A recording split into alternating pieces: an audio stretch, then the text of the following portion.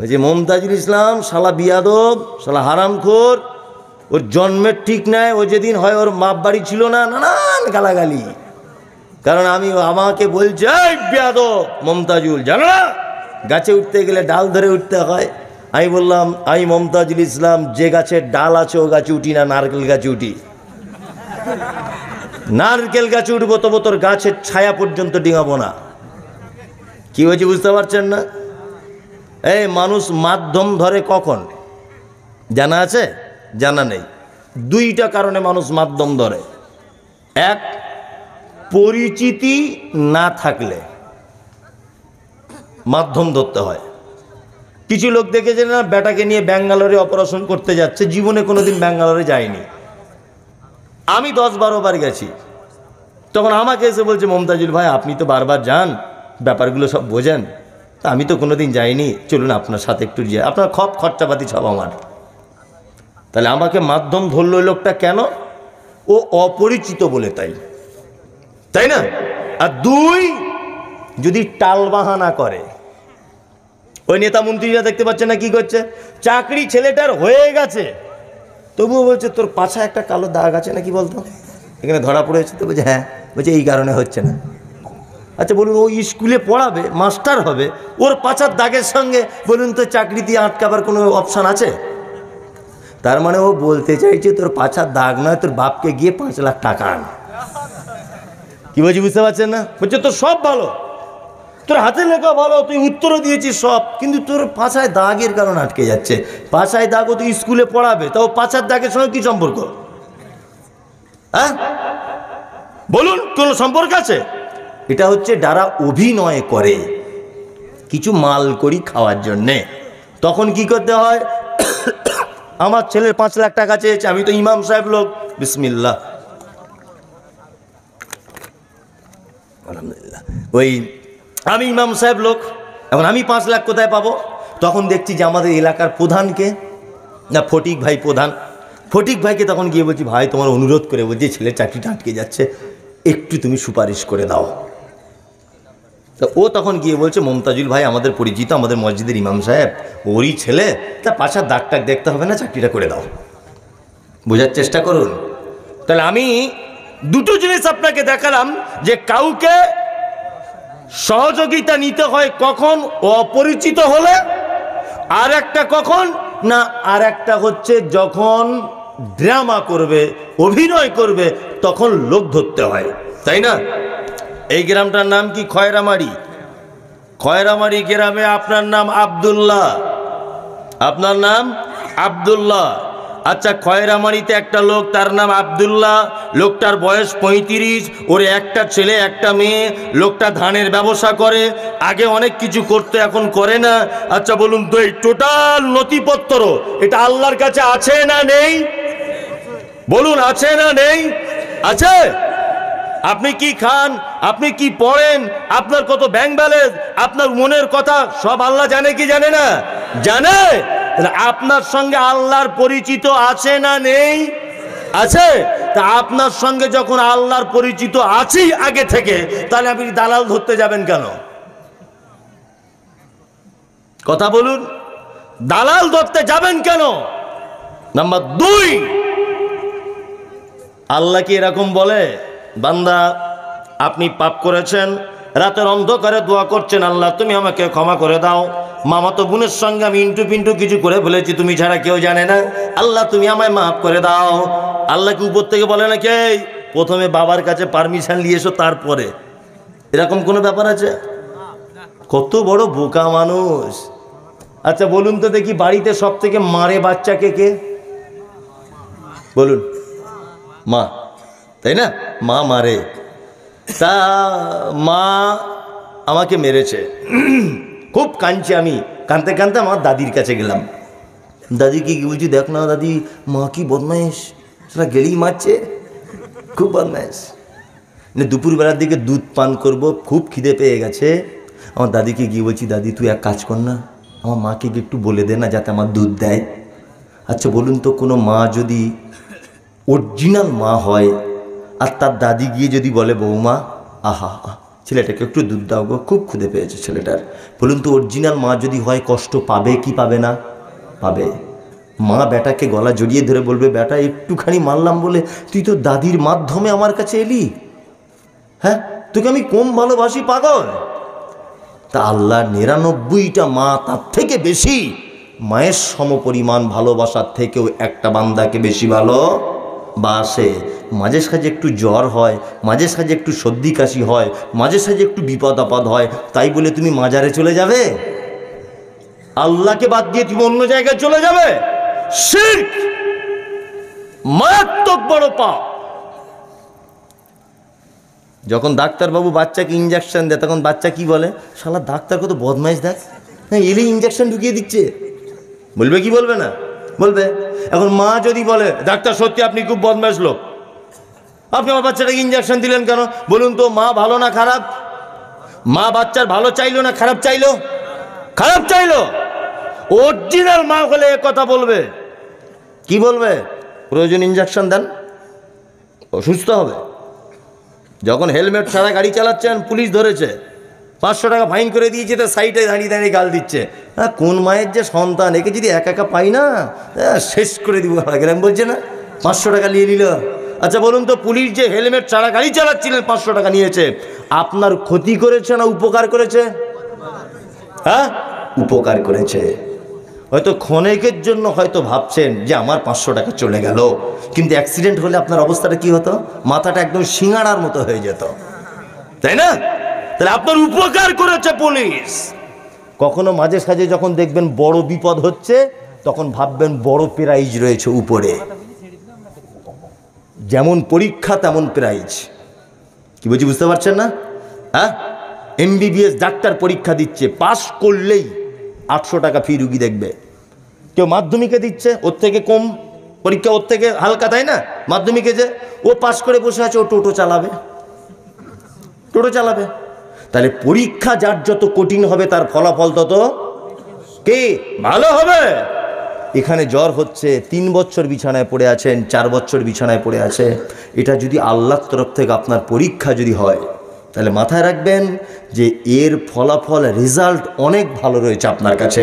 পৃথিবীর কারো দরবারে দ্বারস্থ হয়ে কোনো লাভ নেই।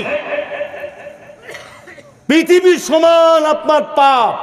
কার কাছে ক্ষমা চাইবেন? আল্লাহর কাছে। আল্লাহ তুমি ক্ষমা করে দাও, তুমি ক্ষমা করতে ভালোবাসো। ইনশাআল্লাহ আমরা শিরক করব না, ইনশাআল্লাহ। ইনশাআল্লাহ শিরক, এই যে লাল সুতো কালো সুতো,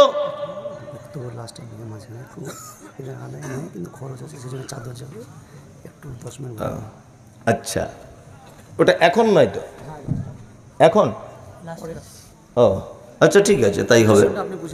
হ্যাঁ হ্যাঁ যে কথা বলছিলাম শিরক, এটা হচ্ছে সব থেকে বড় পাপ। লোকমান হাকিম তার বেটাকে বলছে, বেটা কখনোই যেন শিরক করো না। এইবার আপনাকে একটা কথা বলছি, আল্লাহ ছাড়া পৃথিবীতে কেউ রুজি বাড়াতে পারে কমাতে পারে, কোনো জিনিস রুজি বাড়াতে পারে কমাতে পারে, কোনো জিনিস একদিন মৃত্যু এদিক ওদিক করে দিতে পারে, এই বিশ্বাস আজও আমাদের দেশের মাটিতে আছে না নেই? ওই জন্য দেখবেন দোকানদার দোকান খোলার সাথে সাথেই ওর পাল্লার তলাতে দেখতে পাবেন একটা তাবিজ বাঁধা আছে। ওই যে কি বলছে, বেচা কেনা বেশি হবে। নতুন দোকান করেছি, ইমাম সাহেবের কাছে গেছে, তো বলছে একটা তাবিজ করে দেন যাতে বেচা কেনা বেশি হয়। তো ইমাম সাহেব দেখছে একটা কাস্টমার পেয়েছি, সাংঘাতিক চিজ। তো বলছে ভাই এ তো তাবিজ কড়াকড়ি ব্যাপার, 500 টাকা লাগবে। ও গান্ধী মার্কার নোট একটা বার করে দিল। ইমাম সাহেব বলছে এমন তাবিজ করে দিব না, ওই শফিকুল, আশরাফুল, খায়রুল, মিজান সবার দোকান বন্ধ হয়ে যাবে, সব কাস্টমার তোমার দোকানে এসে লাইন দিয়ে বসে থাকবে। কারণ দোকানদার দেখছে তাহলে তো বিশাল ব্যাপার। এখন দোকানদারকে তাবিজ করে দিল, মোটামুটি বেচা কেনা চলছে, যেমন চলে তার থেকে হয়তো বেড়েছে বা কমেছে, কিছু একটা হয়েছে। তা আমি মনে মনে বলতে চাইছি যে ইমাম সাহেব তুমি যদি ওর তাবিজ দিয়ে দোকানে বেচা কেনা বেড়ে যায়, তো তুমি একটু সভাপতি বা মসজিদের ক্যাশিয়ারকে তাবিজ করে কিছু টাকা পয়সা বেতন বাড়িয়ে নাও না। আজকে কেন 4000 টাকা 5 বছর ধরে ঘুরছ? হ্যাঁ 4000 টাকা তুমি 5 বছরে ইমামতি করছো কেন? সভাপতিকে একটু তাবিজ দিয়ে করো, মাইনে বাড়িয়ে নাও। সব চিটার, যারা এই সমস্ত আছে সব চিটার। কাজী নজরুলের ভাষা কখনো মিথ্যা নয়। কাজী নজরুল বলেছেন, পীর ফকিরের কথা যদি সত্য হতো তারা কেন ফুটপাতে ভিক মেঙে খেত? পীর ফকিরের কথা যদি সত্য হবে, সারা ভারতবর্ষ যত মাজার সব দেখবেন bus stand, lorry stand, main রোডের ধারে, যাতে ড্রাইভাররা টাকা ছুঁড়ে দিতে পারে। দেখবেন, খোঁজ নিয়ে দেখুন। হ্যাঁ, এসব বক্তব্য আগে অনেক দিয়েছি, তারপরও আপনাদের একা নতুন এসেছি বলে আবার পুনরায় আবৃত্তি করছি আপনাদের সামনে। শিরক করবেন না। আল্লাহ আমাদেরকে শিরক থেকে বাঁচার তৌফিক দান করুক, আমিন আমিন। লোকমান হাকিম তার বেটাকে বলছেন, ওয়াসাইনাল ইনসানা লিওয়ালিদাইহি হামালাতুহু উম্মুহু ওয়াগানান আলা ওয়াগানিন ওয়া ফিসালুহু ফি আমাইনি আনিশকুরনি ওয়া লিওয়ালিদাইকা ইলাইয়াল মাসির। দ্বিতীয় শিক্ষা দিচ্ছে লোকমান হাকিম তার বেটাকে, আমি মানুষকে তার পিতামাতার প্রতি সদাচরণের নির্দেশ দিয়েছি। তার জননী তাকে কষ্টের পর কষ্ট ধারণ করে তাকে গর্ভে ধারণ করেছিল, 2 বছর যাবৎ তাকে দুধ পান করিয়েছে। কখনোই পিতামাতার সঙ্গে সদ্ব্যবহার অসদ্ব্যবহার করিও না। লোকমান হাকিম তার বেটাকে দ্বিতীয় উপদেশ দিচ্ছে, বেটা কখনোই যেন বাপ মায়ের সঙ্গে অসদ্ব্যবহার করিও না। আপনাদের এই এলাকায় হচ্ছে বাপ মারা ঠিকঠাক সেবা যত্ন পাচ্ছে? পায়? আলহামদুলিল্লাহ আলহামদুলিল্লাহ পায়। তবে এ তো যে বলছে পায়, এ তো ইয়াং ছেলে। কি বলছি বুঝতে পারছেন না? বুড়া মানুষদেরকে গোপনে জিজ্ঞেস করতে হবে, কেমন আছো চাচা, কেমন চলছে? আর বলো না, লজ্জায় কাউকে বলতে পারি না, ভালো ঘরের লোক আমরা। দেখবেন গোপনে জিজ্ঞাসা করে, সাংঘাতিক বিপদে আছে লোকটা। আরও বিপদে কে আছে জানেন? যার বয়স হয়ে গেছে, স্ত্রী মারা গেছে, এর থেকে বিপদে আর পৃথিবীতে দ্বিতীয় কেউ নেই। ওই যে কি জ্বালা যন্ত্রণায় আছে আল্লাহ ছাড়া কেউ জানে না। 4 বউ 4 রত্ন। কি বলছি বুঝতে পারছেন না? 4টে বৌমা 4টে রত্ন।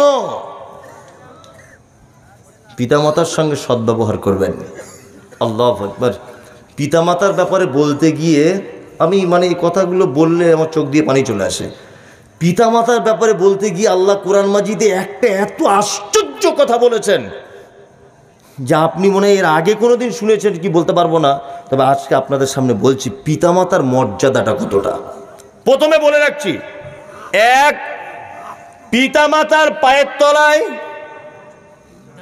জান্নাত না, ভুল হয়েছে, মায়ের পায়ের তলাতে জান্নাত, পিতার পায়ের তলায় জান্নাত নেই। আমরা পিতা শব্দটা অতি ভালোবেসে ব্যবহার করি, কিন্তু হাদিসে যে শব্দটা এসেছে, এই তো সাহেব বসে আছে, মায়ের পায়ের তলাতে জান্নাত, পিতামাতার নয়, মা। এর বিকল্প কোনো শব্দ নেই। আছে? মানুষ যখন খুব তৃপ্তি পায়, একটা মাংস রান্না আপনাকে দেওয়া হয়েছে, খাচ্ছেন, তখন কি বলেন? আহ কি স্বাদ, বলেন না? তা মা শব্দের ভিতরে দেখুন একটু শব্দটা আছে না, মানে তৃপ্তিকর। এর বিকল্প কিছু নেই। আল্লাহু আকবার। আজকে আমাদের পিতামাতারা কি অবস্থায় আছে, কি অবস্থাতে ভাত খাচ্ছে। 4 বেটা বলছে পালি সিস্টেমে খাওয়ার সিস্টেম। আপনাদের দিকে আছে এরকম? ওই ছোট বেটার বাড়ি 4 দিন, বড় বেটার বাড়ি 4 দিন, মেজর বাড়ি 4 দিন, আর ওই ছোটর বাড়ি 4 দিন। মানে মনে হচ্ছে ওর বাপ ইমাম সাহেব আর ওর মা মুয়াজ্জিন মসজিদের। আর যদি একদিন এদিক ওদিক হয়ে যায়, বৌমারা বড় বড় চোখ বার করে বলে, ক্যালেন্ডার দেখে খেতে পারো না, আজ ক তারিখ হলো? আবার কেউ কেউ বলছে, এই তো দাদুকে বল আমাদের তরকারি কি খুব মজা। এই ঘটনা ঘটে কি ঘটে না? ঘটে। আপনাকে এবার একটা সমীক্ষা দিচ্ছি, ভালো করে শুনুন। আপনার 4 বেটা, 4 জনা দিল্লিতে কাজ করতে গেছে, দিল্লিতে কাজ করতে গেছে। ঈদের 1 সপ্তাহ আগে বাড়ি আসবে বেটাগুলো, ঈদের 1 সপ্তাহ আগে বেটাগুলো বাড়ি আসবে। স্ত্রীকে ফোন করে বলছে, হ্যালো নাসিমা? তো বলছে হ্যাঁ। বলছে তোমার জন্য কিছু নিয়ে যেতে হবে, আমি তো মঙ্গলবারে গাড়িতে উঠবো, এই ঈদের দিনে বাড়ি যাব ঈদ করতে। তা বলছে আমার জন্য একটা জামদানি শাড়ি। মেয়ের জন্য দুটো প্যারালাল, ছেলের জন্য দুটো জিন্স প্যান্ট, আর আমার বোনের জন্য দুটো চুড়িদারের পিস, মানে শাড়ির জন্যে। লোকটা দিল্লির কোনো এক দোকানে কেনাকাটা করছো, স্ত্রী আবার ফোন করে বলছে, হ্যালো, এ শোনো, কালারটা কিন্তু কাঁচা হলুদ কালার নেবে। ছেলের কোমরের সাইজ জানো তো 32, মেয়ের ঝুলটা জানো তো এত। আর ভুলে যেও না আমার বোনের জন্য দুটো নিও কিন্তু। সব কেনাকাটা রেডি তোমার? তাড়াতাড়ি করো, ট্রেন মিস হয়ে যাবে তো। দিল্লি থেকে তখন ও বলছে, তোমাদের সবার জন্য কেনাকাটা রেডি, শুধু আব্বার জন্য একটা লুঙ্গি নিচ্ছি আর মায়ের জন্য একটা শাড়ি। তখন ওর স্ত্রী খয়েরামারি থেকে বলছে, কেন? তোমার তিনটা আরো ভাই আছে, তারা দিতে পারে না, তোমার কি প্রতি বছর দিতে হবে? বাড়ি চলে আসো, তোমার বোনেরা চোখে দেখতে পায় না। ও বাড়ি চলে এলো। 4 ভাইয়ের একই অবস্থা। ঈদের দিন সকাল হলো, মসজিদের মাইকে তাকবীর হচ্ছে, আল্লাহু আকবার, আল্লাহু আকবার, লা ইলাহা ইল্লাল্লাহ, আল্লাহু আকবার, আল্লাহু আকবার, ওয়ালিল্লাহিল হামদ। তাকবীর হয় না? হচ্ছে। সবাই নতুন জামা পরে ঈদগাহে চলে যাচ্ছে। তোমার আব্বার 90 বছর বয়স। সবাই ঈদগাহে চলে গেছে। তোমার মা তখন, তোমাদের সবার 2 তলা বাড়ি, সিঁড়ি দিয়ে উঠতে পারে না তোমার মা। 4 ভাই যুক্তি করে তোমার মাকে মশারি টাঙিয়ে তোমাদের সিঁড়ির ঘরের তলাতে রেখে দিয়েছে। তোমার মায়ের বয়স 85 বছর, উঠতে পারে না। তোমার মা কাঁপা কাঁপা গলাতে তোমার আব্বাকে বলছে, সাইফুলের আব্বা, আজকে ঈদের দিন, তুমি তাও এখনো ঘরে বসে আছো? 90 বছরের তোমার আব্বা সেদিন বলছে তোমার মাকে যে, আমি তো চোখে কম দেখি, কোন পাঞ্জাবিটা পরবো বুঝতে পারছি না। গত বছরকার তোমার বোনেদের দেওয়া একটা পাঞ্জাবি আলমারিতে ভরা ছিল। তোমার মা হিচড়ে কুচড়ে উঠে আস্তে আস্তে করে পাঞ্জাবিটা বার করে দিয়ে বলছে, তুমি যাও। কোনো রকম গোসল করে তোমার আব্বা মসজিদের ঈদগাহ পর্যন্ত পৌঁছালো। নামাজ শেষ হয়ে গেছে। তোমার আব্বা বাড়ি চলে আসছে আস্তে আস্তে করে, তোমাদের মেন গেটের সামনে বসে আছে। 4 ভাইয়ের বাড়িতেই লোক কুটুম ভর্তি। ঈদের দিন দুপুর 2টো পর্যন্ত তোমার আব্বা গেটে বসে আছে। একটা বৌমা 2 পিস মাংস আর একটা পরোটা দিয়ে বলল না যে, আব্বা তুমি এটা খাও। তোমার মা আজকে তো রানীর বেশে সিংহাসনে বসে থাকার কথা। 4 জন জওয়ানি বউ বাড়িতে রয়েছে, 4 বেটা রয়েছে। তোমার মা সেই পেচ্ছাপ করেছে কাঁথাতে, সে মশারির ভিতরে আজও পর্যন্ত শুয়ে আছে। ঈদের দিনে গোসলও করা হলো না। কেন? আচ্ছা, তোমার মায়ের এই অবস্থা কেন? কেন? হ্যাঁ, তোমার মা হচ্ছে পৃথিবীর সবথেকে অপরাধিনী মহিলা। তোমার আব্বা হচ্ছে পৃথিবীর সবথেকে খারাপ লোক। তোমার মায়ের অপরাধ কি একটা একটা করে বলি? তোমার মায়ের অপরাধটা কি একটা একটা করে বলি? তোমার মায়ের জীবনের প্রথম অপরাধ হলো এটা যে তোমার মা খয়রামারির এত পর্দাশীল মহিলা, খয়রামারির এত নম্র ভদ্র মহিলা, এত পর্দাশীল মহিলা, জীবনে কোনো পরপুরুষ তোমার মায়ের মুখ দেখেনি। তোমার মা পুরুষ মানুষ দেখলে ঘুমটা দিয়ে লজ্জা করে ঘরের ভিতর ঢুকে যেত। কিন্তু তোমার মা তোমার মতো বদমাইশ বেটাকে জন্ম দিতে গিয়ে পরপুরুষের সামনে, হসপিটালে ডাক্তার বাবুর সামনে শাড়ি ব্লাউজ খুলে উলঙ্গ হয়ে পড়েছিল। তোমার মা বলেছিল, ডাক্তার বাবু আমার বাচ্চাকে একটু বাঁচান। তোমার মা লজ্জাস্থান দেখিয়েছিল পরপুরুষের সামনে তোমার মতো বদমাইশ ছেলেকে জন্ম দিতে জন্য। তোমার মায়ের দ্বিতীয় অপরাধ কি জানো? তোমার মায়ের দ্বিতীয় অপরাধ, তোমার মা জীবনে কোনোদিন ভয়ে ইনজেকশন নিতে পারত না। সূচ দেখলে তোমার মা লাফালাফি করত। কিন্তু তোমার মা যখন তোমাকে জন্ম দেবার জন্য হসপিটালে ঢুকেছে, ডাক্তারবাবু চেক আপ করে বলছে তোমার বাচ্চা সোজাসুজি থাকার কথা, বাচ্চাটা আড়াআড়ি লেগে গেছে, মনে হয় বাচ্চাটা বাঁচবে না। তোমার মা সেদিন ডাক্তারের পায়ে জড়িয়ে ধরে বলেছিল, ডাক্তারবাবু যদি ধারালো কোনো ছুরি কাঁচি থাকে আপনি আমার পেট কেটে আমার বাচ্চাকে বার করুন, আমি তার মুখ দেখলে অন্তত পক্ষে আমি যদি পৃথিবী থেকে চলেও যাই আমার সব স্বাদ পূর্ণ হয়ে যাবে। এটা তোমার মায়ের দ্বিতীয় বড় অপরাধ যে তোমার মতো বেটাকে জন্ম দিতে গিয়ে এক বিঘা পেট ধারালো ছুরি দিয়ে ডাক্তারবাবুরা ক্যাচ ক্যাচ করে কেটে দিয়েছিল। সেই ব্যথার অনুভব করে 90 বছর বয়সে মশারির ভিতরে শুয়ে। এটা তোমার মায়ের দ্বিতীয় বড় অপরাধ। তোমার মায়ের 3 নম্বরের বড় অপরাধ, না তোমরা 4 ভাই, তোমার আব্বার অবস্থা খুব খারাপ ছিল, 500 গ্রাম মাংস বাজার থেকে কিনে আনতো, তোমার মা রান্না করত, 3 ভাই খেয়ে নিয়েছে, তোমার আব্বা খেয়ে নিয়েছে। তোমার মা নিজের ভাগটা না খেয়ে 2 পিস মাংস হাঁড়ির এক সাইডে রেখে দিয়ে তুমি বাড়ি এসেছো আর তোমার পাতে দিয়ে দিয়েছে। তুমি জিজ্ঞাসা করে বলেছো, মা তুমি খেয়েছো? তোমার মা বলছে, আরে বেটা বলিস না, গত 2 দিন আগে গোস্ত খেয়ে পেটে গন্ডগোল করছিল, ওই জন্য আর খাচ্ছি না। আদেও কিছুই নয়, তোমার শর্ট পড়ে যাবে বলে তোমার মা খায়নি, এর নাম তোমার মা। তোমার মা মানে হচ্ছে এই, তোমার মায়ের মাথার চুল কালো কুচকুচে হাঁটু পর্যন্ত দুলতো, পাড়ার মেয়েরা তোমার মায়ের মাথার চুল দেখতে আসতো। তোমার মায়ের অপরাধ হচ্ছে এই, তোমার মতো বেটাকে জন্ম দিতে গিয়ে হসপিটালের বেডে তোমার মায়ের কুচকুচে কালো চুলগুলো লাল রক্তে জমাট বেঁধে গিয়েছিল তোমার পৃথিবীতে আলো দেখানোর জন্যে। তোমার মা মানে চিকিৎসা বিজ্ঞানীরা বলেছে একজন মা তার বাচ্চাকে প্রতিদিন 8 বার দুধ পান করায়, একবারে 250 গ্রাম করে দুধ পান করাতে হয়। কোরআনের ভাষা 2 বছর দুধ পান করাতে হয়। 50 টাকা যদি দুধের কেজি হয় তাহলে তোমার মা তোমার দুধ পান করেছো তুমি তোমার মায়ের 90,000 টাকার, তোমার মায়ের 90,000 টাকার দুধ পান করেছো তুমি।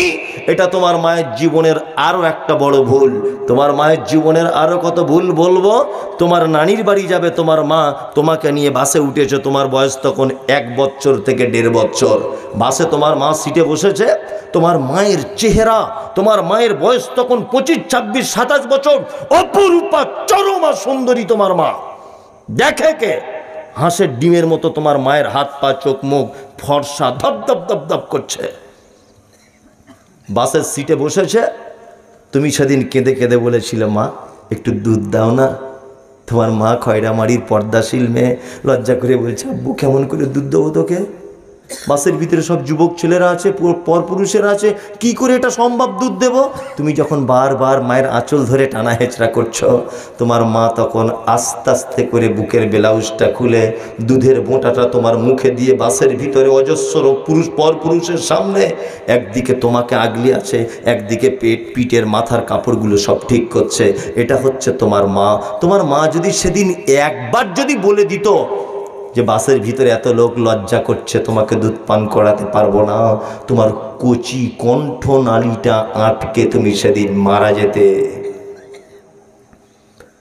লোকমান হাকিম বলছে, বেটা তোমার দ্বিতীয় উপদেশ হচ্ছে পিতামাতার সঙ্গে সদ্ব্যবহার করিও না। আল্লাহ বলছেন, ইয়াসালুনাকা মাযা ইউনফিকুন কুল মা আনফাকতুম মিন খাইরিন ফালিল ওয়ালিদাইন ওয়াল আকরাবিন ওয়াল ইয়াতামা ওয়াল মাসাকিন ওয়া ইবনিস সাবিল ওয়া মা তাফআলু মিন খাইরিন ফাইন্নাল্লাহা বিহি আলিম। নবীজিকে জিজ্ঞাসা করা হচ্ছে, নবী আপনি বলুন সারা পৃথিবীতে আমরা যত টাকা পয়সা ক্ষয় করি বা যত খরচা করার জায়গা, উত্তম খরচা করার জায়গা কোনটা? নবীজি বলছেন, আল্লাহ বলে দিচ্ছেন নবীকে, আপনি প্রশ্নকারীদের উত্তর দেন, কুল আপনি বলুন মা আনফাকতুম মিন খাইরিন ফালিল ওয়ালিদাইন। পৃথিবীতে খরচা করার উত্তম জায়গা সন্তান তার আব্বা মায়ের জন্য যে টাকা পয়সাটা খরচা করে, এটা হচ্ছে পৃথিবীর উত্তম খরচা। কিছু বুঝলেন? জলসা থেকে যাওয়ার সময়তে আপনার মায়ের জন্য একটা ওড়না কিনে নিয়ে বাড়ি যান। ওড়না কিনে নিয়ে বাড়ি যান। দাম কত? 200 টাকা। ওই 200 টাকা আপনি জলসাতে দান করুন, 200টা নেকি হবে। আর আপনার মায়ের জন্য যদি একটা ওড়না কিনে নিয়ে এখন যদি আপনি চলে যান, ধরে নেন এখন 2 কোটিও নেকি হতে পারে, 2 লক্ষ হতে পারে, 200 কোটিও হতে পারে। কে দিবে নেকি? আল্লাহ। কখনোই এদের সঙ্গে অসৎ ব্যবহার করবেন না। পৃথিবীতে যদি ভালো থাকতে চান, পিতামাতার সঙ্গে অসৎ ব্যবহার করিয়েন না। অনেক বুড়ো মানুষদের কাছে তো গল্প শুনতে পাই, একদমই খারাপ ব্যবহার করিয়েন না। যদি রুজি বাড়াতে চান, রুজি যদি মনে করেন আমি ধনী হব, এই আশা যদি আপনার থাকে, আপনার কাছে অনুরোধ যে আপনি বাজারের সব থেকে সেরা ফল, বাজারের সব থেকে সেরা কাপড় আপনি আপনার মায়ের জন্য এনে দেন, আপনার রুজি বাড়তেই থাকবে, বাড়তেই থাকবে, বাড়তেই থাকবে। আপনার স্ত্রীকেও ভালোবাসুন সাথে সাথে, তবে দুটো ভালোবাসা এক জায়গায় করে দেবেন না। ওর কথা শুনে মাকে কষ্ট দিতে যাবেন না, বিনিময়ে জাহান্নাম। আল্লাহ পিতামাতার ব্যাপারে বলতে গিয়ে এমন একটা শব্দ ব্যবহার করেছেন যা পৃথিবীর অন্য কোনো পাপ বা নেকির ব্যাপারে শব্দ ব্যবহার করা হয়নি। আল্লাহ বলেছেন উফিউ আলা তানহারহুমা ওয়াকুল্লাহুমা কাওলান কারীমা। তোমার মায়ের সঙ্গে এমন কথা তুমি যদি বলে দাও তোমার আব্বার সাথে, আর তারা যদি শব্দটুকু যদি বলে দেয়, তাহলে কিন্তু তোমার বড় বিপদ। আল্লাহ বলছেন কারিমা, নম্রতার সাথে, ভদ্রতার সাথে, শ্রদ্ধার সাথে তুমি তাদের সাথে কথা বলো। কখনোই যেন কটু কথা বলে তাদেরকে কষ্ট দিও না। ইনশাআল্লাহ আমরা মেনে চলবো, ইনশাআল্লাহ পিতামাতার সঙ্গে সদ্ব্যবহার করবো ইনশাআল্লাহ। চলুন লোকমান হাকিম তারপর আবার বলছেন ওয়া ইন জাহাদাকা আলা আন তুশরিকা বিমা লাইসা লাকা বিহি ইলমুন ফালা তুতি'হুমা ওয়া সাহিবহুমা ফিদ দুনিয়া মা'রুফা ওয়াত্তাবি' সাবিলা মান আনাবা ইলাইয়া সুম্মা ইলা মারজি'iকুম ফায়ুনাব্বিউকুম বিমা কুনতুম তা'মালুন। লোকমান হাকিম ৩য় নম্বর উপদেশ দিচ্ছেন, তারা যদি উভয়ে তোমাকে আল্লাহর সাথে কাউকে শিরিক করার ব্যাপারে যদি বাধ্য করে, তবুও তুমি তাদের কথা শুনবে না। দেখুন আপনাকে এবার একটা কথা বলি, মজার কথা। পিতামাতার কথা মেনে চলতে হবে, হ্যাঁ কি না? এতক্ষণ যা বললাম, হ্যাঁ। এখন আপনার বেটা হয়েছে, প্রথম বাড়িতে পোতা হয়েছে, দাদু দাদি খুব আনন্দ, তা রাতে খুব কাঁদছে, ট্যাঁ ট্যাঁ করে কাঁদছে রাতে খুব। তা আপনার মা বারবার বলছে যে ওই অমুক পাড়ায় একটা লোক গাছ দেয় না, ওই গাছ এনে যদি ওর কোমরে বেঁধে দেওয়া হয় তাহলে কাঁদবে না। শিরক, এটা কি শিরক। গাছ বেটে খাওয়ান এটা ঠিক আছে, কিন্তু বাঁধলে শিরক। এখন আপনাকে আপনার মা বারবার এ কথা বলছে, ওর কোমরে একটা গাছ বেঁধে দে, ভালো হয়ে যাবে। আপনার মা 1000 বার যদি বলে, মায়ের কথা শোনা যাবে না, একদম শোনা যাবে না। শিরকের ব্যাপারে যদি আপনাকে আহ্বান করে আপনার আব্বা মা, আপোষ করা যাবে না। বাচ্চা ছেলে রোদ্দুরে, শীতকালে রোদ্দুরে দেওয়ার আগে দেখছি এইখানে একটা কালো এরকম হাঁড়ির তলার কালি দিয়ে টিপ পরিয়ে দিয়েছে। আপনাদের এলাকায় দেয় বাচ্চাদের? শিরক, শিরক। যদি বলছি এটা শিরক হবে কেন? আপনার মা এই ধারণা করে পোতার এইখানে টিপ দিয়ে দিয়েছে যাতে কারুর নজর না লেগে যায়।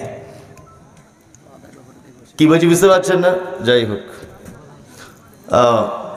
আমি আলোচনা এখান থেকে আমাকে বারবার একটা কথা বলা হচ্ছে, আলোচনা আরো হবে। মাঝখানে একটা কথা বলে রাখছি, সেটা হচ্ছে এই, হ্যাঁ, যে এই যে একটা বিশাল আয়োজন দেখেছে, এর একটা কম বেশি খরচা হয়েছে, হয়নি? হয়েছে।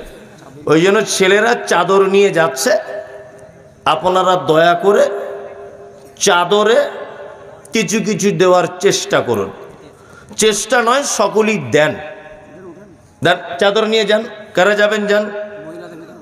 আর মহিলাদের ভিতরে যারা আছেন, আপনাদের কাছেও অনুরোধ মায়েরা, যে আপনারাও অবশ্যই আল্লাহর রাস্তায় এই ভালো কাজে কিছু সহযোগিতা করেন। যাই হোক, তারপরে আল্লাহ তাআলা বলছেন, ইয়া বুনাইয়া ইন্নাকা ইন তাকু মিসকালা হাববাতিন মিন খারদালিন ফাতাকুন ফি সাখরাতিন আও ফিস সামাওয়াতি আও ফিল আরদি ইয়াতি বিহাল্লাহ ইন্নাল্লাহা লতীফুন খাবীর। লোকমান হাকিম তার বেটাকে বলছে, বেটা, পাপ, গোনাহ বা পাপ এটা যদি সরিষার দানা সমপরিমাণও যদি হয়, আর সেটা যদি পাহাড়ের কোনো গর্তের ভিতরে যদি লুকিয়ে রাখা হয়, আমি জানি যে দানের কথা বললে একটা মানুষ আর বুঝবে না। কি বললাম বুঝলো? তার একটা মানুষ বসানো যাবে না, সব মানুষ পালাবে। জি, চাদরটা নিয়ে যান, স্টেজে আসতে হবে না, খুশি হলে দেন। যদি মনে করেন যে দিতে হবে কিছু তাহলে দেন, আর যারা চলে যাবেন তো চলে যান, আলহামদুলিল্লাহ, কোনো সমস্যা নেই।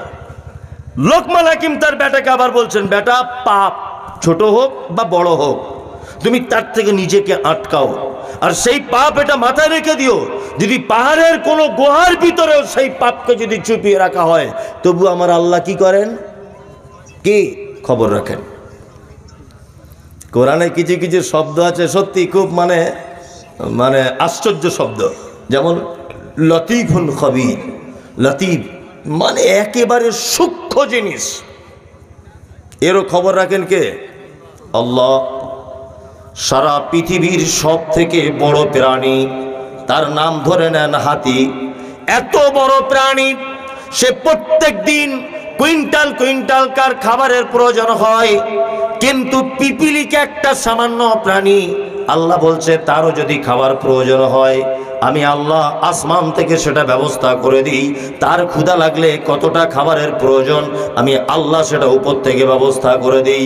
শুধু এই নয়, কাল বৈশাখের কুজ্ঝটিকার দিনে ঝড় বৃষ্টির টাইমে একটা পিপিলিকা যদি এক প্রান্ত থেকে আর এক প্রান্ত যদি হেঁটে হেঁটে যায়, রুজি তলাশ করতে করতে, আল্লাহ বলছে তার পায়ের আওয়াজটা আমার কাছে আসে, আমি হলাম লতীফুল খবীর। খুব সূক্ষ্ম জিনিস আমি শুনতে পাই, বুঝতেও পারি আমি।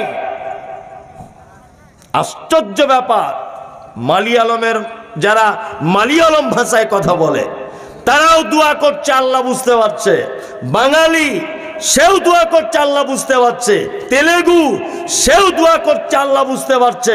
জি, একজন বোবা সে হাত তুলে নিজের মনের কথা বলতে চাইছে, সেটাও কে বুঝতে পারে? আল্লাহ বুঝতে পারে। পাপ ছোট হোক বা বড় হোক, তার থেকে বাঁচার চেষ্টা করি ইনশাল্লাহ, বাঁচার চেষ্টা করি ইনশাল্লাহ। কয়েকটা পাপের কথা বলে দিচ্ছি এবারে, এই পাপগুলো থেকে বাঁচুন, অবশ্যই বাঁচার চেষ্টা করুন। এক, আমাদের নবী মুহাম্মদ সাল্লাল্লাহু আলাইহি ওয়াসাল্লাম তিনি বলছেন, মান কানা ইউমিনু বিল্লাহি ওয়াল ইয়াউমিল আখির, ওই লোক কিয়ামতকে বিশ্বাস করে না, ও আল্লাহকেও বিশ্বাস করে না, কে সে? ফাল ইকরিম যাইফাহু, যে তার মেহমানের সঙ্গে অসৎ ব্যবহার করে। আমাদের পাড়া গ্রামের অধিকাংশ মানুষের বাড়িতে রিপোর্ট নিলে পাওয়া যাবে যে ভাইয়ের সঙ্গে তার সম্পর্ক খারাপ, বোনেদের সঙ্গে কোনো সম্পর্ক নেই আজকে 12 বছর, কারণ ওরা জমি ভাগ করে নিয়ে চলে গেছে। তাই তোর বাপের জমিও পাবে না, হ্যাঁ, বাপের জমি পাবে না। আপনার স্ত্রী তো বোনেদের কথা বললে তেলে বেগুনে ওঠে, ওদের কথা একদম মুখে আনো না, সব সয় সম্পত্তিগুলো নিয়ে চলে গেল, তাহলে যাবে না? তার বাপের জমি সে ভাগ পেয়ে চলে যাবে না? আশ্চর্য ব্যাপার। বলুন, জমি জায়গা নিয়ে গেছে বলে বাপের বাড়ি তার বাপের ভিটেতে ঢুকতে পারে না, এরকম একসার ঘটনা আছে না নেই? আছে, অথচ কোনো ব্যাপারই নয়। আবার অনেক মানুষ খারাপ মনে করে, দেখ শ্বশুরের সম্পত্তি বিক্রি করে নিয়ে এসেছে মানে তার স্ত্রীতে এমনি পাবে, এটা আল্লাহর অর্ডার আছে, সে বিক্রি করতেই পারে। অধিকাংশ আমাদের ভিতরে আত্মীয়তার সম্পর্ক একদম ভালো নাই, একদম ভালো নাই। মানে আমরা খুব জ্ঞানী লোক, চালাক লোক, তো মেয়ের শ্বশুর যখন আসে, মেয়ের শ্বশুর বড় বড় মাছের মাথা, আর সে কলিজা ভুনার তরকারি, আর ফোলা ফোলা লুচি, আর ওই শৈলেনের দোকানের বড় বড় রসগোল্লা। কারণ না, মেয়ের শ্বশুর এসেছে তাই, সেখানে আমার মেয়ে আছে। আর বৌমার যখন বাপ এসেছে, ওর মুখে যেন মেঘ করেছে। কি বলছি, বুঝতে পারছেন না কথাটা? বৌমার বাপ এসেছে, ওই লোকটারই দেখছি মুখে মেঘ হয়েছে, বৃষ্টি হওয়া সম্ভব না, কিছুই নাই। এরকম লোক খুঁজে পাওয়া যায় কি যায় না? যায়। এ কেমন আত্মীয়তা? নবীজি বলেছেন ইকরিম সাইফাহু, অবশ্যই সে যেন তার মেহমানের সম্মান করে। আমি আপনার বাড়িতে যদি যাই, আপনি আমার বাড়িতে যদি আসেন, অবশ্যই আপনার উপর আমার একটা হক,